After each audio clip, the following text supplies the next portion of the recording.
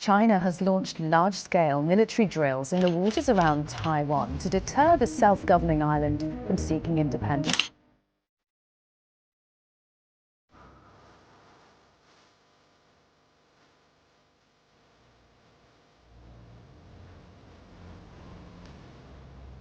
在这里，我要重申，台湾绝不会接受一国两制。绝大多数台湾民意也坚决反对一国两制，而这也是台湾共识。" The US and China did talk, but the topic wasn't trade. Behind the scenes, multiple sources suggest the real subject of that call wasn't tariffs or economic cooperation. It was Taiwan. That makes it far more sensitive, because if Taiwan, not trade, is now at the heart of China's outreach, then something fundamental is shifting in US-China relations.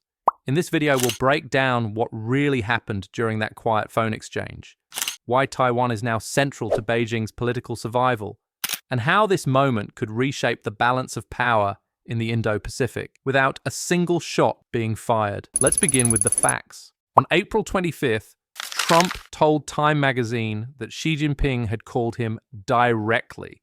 This came shortly after Trump had said publicly that the US and China were in daily contact regarding trade.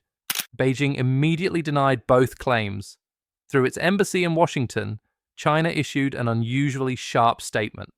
There are no talks, no negotiations, no meetings. In Chinese diplomatic culture, the louder the denial, the more sensitive the subject. This wasn't just a routine rebuttal. It was damage control. Fast, public, and absolute. And that's what makes analysts believe the call, if it happened, wasn't about trade at all. What was so sensitive that it couldn't be acknowledged publicly? According to sources cited by Chinese dissident and scholar Professor Yan Hongbin, the real topic of the call was not trade at all. It was Taiwan. In January 2025, Professor Yan reported that during a high-level Politburo meeting and a separate national security session, Xi Jinping had outlined his approach to the Taiwan issue in direct talks with US leaders. He told both Biden and reportedly Trump that he wanted the US to go beyond its long-held policy of strategic ambiguity. No longer would it be enough for Washington to refrain from supporting Taiwan independence. Now, Xi demanded that the US must explicitly oppose it. Even more, he wanted the US to publicly support peaceful cross-strait unification, Beijing's phrasing for the eventual absorption of Taiwan into the People's Republic of China. This was not simply a diplomatic request. It was a public message designed to shatter Taiwan's confidence from within. If the United States, the island's most important security partner, were to appear to side with China, it would deal a devastating psychological blow to Taiwan's government, military, and society. And for the CCP, that kind of soft pressure is far more strategic than any battlefield maneuver. Beijing's current strategy toward Taiwan is not built on tanks or missiles. It's built on perception, confusion, and internal erosion. Professor Yan explained that Xi Jinping views psychological pressure as the most effective tool in China's unification campaign. If the United States were to publicly declare its opposition to Taiwan independence, Beijing could frame that as international validation for its cause. Even if Taiwan rejected the claim, the damage would be done. The CCP's propaganda machine would amplify the message to both domestic and international audiences. America has abandoned Taiwan. The purpose isn't to provoke a confrontation, but to quietly weaken Taiwan's resolve. Xi believes that with enough public pressure and internal division, Taiwan's political system could eventually be swayed without the need for conflict. He doesn't need a war. He needs a shift in mindset. That's why the stakes of the phone call were so high. It wasn't just about securing a soundbite.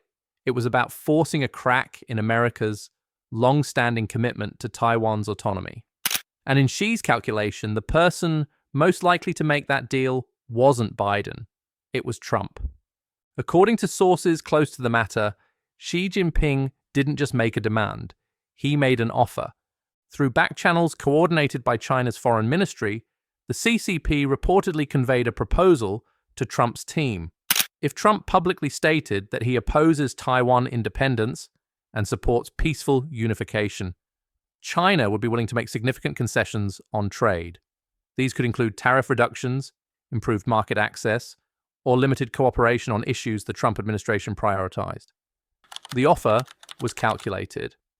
Xi and his advisors viewed Trump not as a traditional statesman, but as a negotiator who values deals and headlines.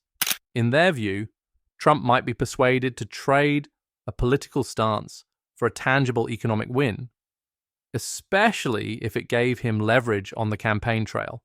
But Trump didn't accept the offer, and that refusal changed everything. No such statement was made, and that refusal changed everything. With the deal off the table and nothing to show for it, Beijing's next move was to erase the attempt. The denial wasn't about secrecy, it was about optics. If the offer was made, it appears to have been declined, quietly but decisively. And for the CCP, failure, especially in public, is politically dangerous. So they tried to make the call disappear. What makes this episode different from previous tensions is Beijing's sense of urgency. There are three key reasons for that. There are three major reasons for this urgency. First, the Chinese economy is weakening faster than expected. The property crisis hasn't been contained. Local governments are drowning in debt. Youth unemployment recently broke above 20%, and investor confidence, both foreign and domestic, is evaporating. Manufacturing is losing ground to regional competitors like Vietnam and India, and US tech sanctions continue to cut off access to advanced semiconductors. And in this context, Taiwan represents more than sovereignty. It's economic oxygen. The island holds some of the world's most advanced semiconductor manufacturing capacity. TSMC alone is critical to everything from smartphones to missiles. Beyond that, Taiwan is home to high-end medical technology, a global capital market, and private wealth that, if absorbed, could help Beijing stabilize its financial system, even if temporarily. Second, the military option is increasingly out of reach. While Xi Jinping has publicly urged the PLA to prepare for potential conflict, internal problems have undermined its credibility. Recent purges have removed dozens of top generals, especially within the rocket force, a unit critical to any Taiwan operation. Corruption scandals have revealed that large portions of the defense budget were misallocated. Reports also suggest a morale crisis among officers, poor readiness levels, and weak joint coordination across Army, Navy, and Air Force units. Meanwhile, Taiwan is getting stronger, not weaker. US-Taiwan military cooperation has quietly expanded. Taiwan now receives more advanced weapon systems and has revamped its asymmetric defense strategies, making an amphibious invasion far more costly and less likely to succeed. Third, the CCP's long game, the so-called peaceful unification through infiltration, is falling apart. For years, Beijing tried to build influence from within Taiwan's democratic system, funding candidates, manipulating media narratives, and backing politicians sympathetic to the mainland. But the failure of the one country, two systems model in Hong Kong shattered public trust. Today, Taiwanese voters are more skeptical than ever of Beijing's promises, and even KMT figures, once seen as China-friendly, are distancing themselves from cross-strait integration narratives. In short, the three core pillars of Beijing's Taiwan strategy, economic leverage, military intimidation, and political infiltration, are all faltering at the same time. And that's what makes Xi's call to Trump so revealing. It wasn't just a diplomatic outreach, it was a last-minute play, a high-stakes effort to reset the board before the window closes entirely. Because time, in this case, is not on China's side, and Beijing knows it. Taiwan isn't standing still. In early 2025, a bipartisan grassroots movement launched recall campaigns against 35 lawmakers believed to support Beijing's agenda.